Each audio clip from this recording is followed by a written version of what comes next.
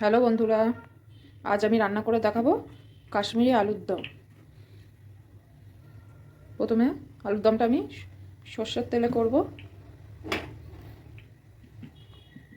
কড়াইতে তেল দিলাম, আর এদিকে রাখা আছে আলু সেদ্ধ করা, অল্প সেদ্ধ করা আলুটাকে আমি প্রথমে লাল লাল করে ভেজে নেব।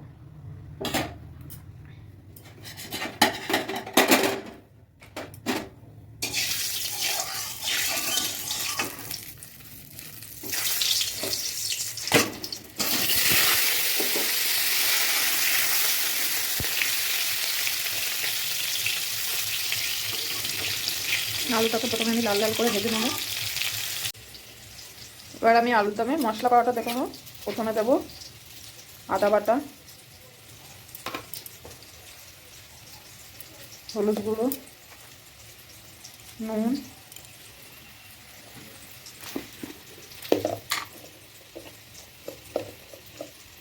লঙ্কা গুঁড়ো,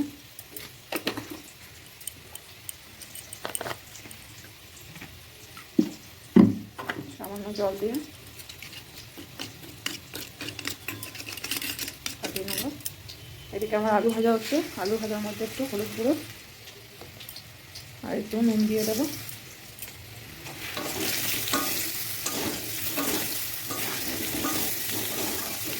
আলুগুলো আমার লাল লাল করে ভাজা হয়ে গিয়েছে। আলুগুলো এবার আমি তুলে নেব।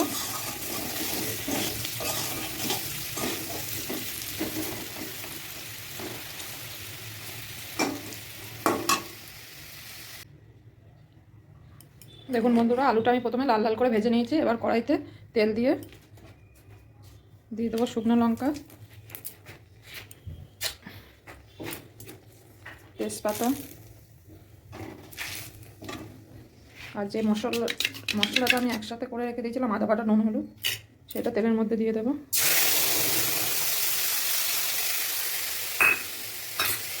দিয়ে দেবো টমেটো কুচি,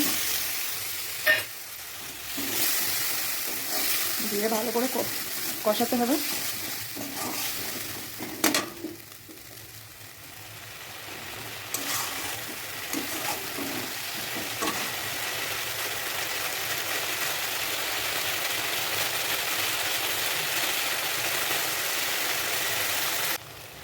দেখুন বন্ধুরা, কষানো আমার হয়ে গেছে।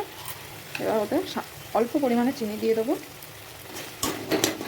দেখুন কালারটা কত সুন্দর হয়েছে। এবার ভেজে রাখা আলুগুলো মশলার উপরে দিয়ে দেবো।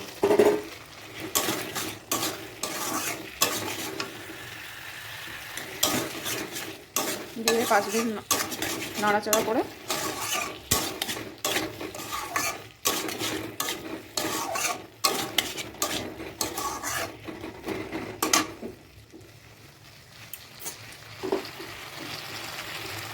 দিয়ে দেবো বাড়িতে ভেজে রাখা জিরে মরিচের গুঁড়ো।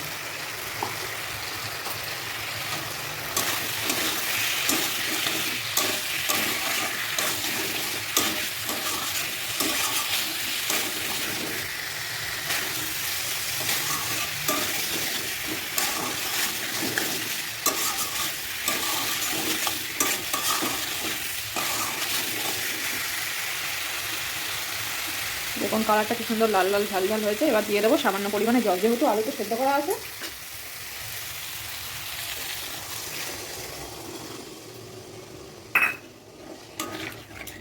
দেখুন দেখুন বন্ধুরা, 5 মিনিট হয়ে গেছে। ঢাকনাটা আমি খুলে দিয়েছি। এবার উপর দিয়ে দেবো ধনেপাতা কুচি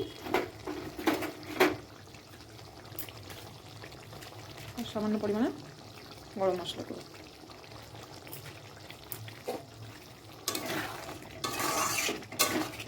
এইভাবে রান্না করে দেখবেন কেমন লাগে। ভালো লাগলে অবশ্যই কমেন্ট করে জানাবেন। কাশ্মীরি আলুর দম আমার কমপ্লিট।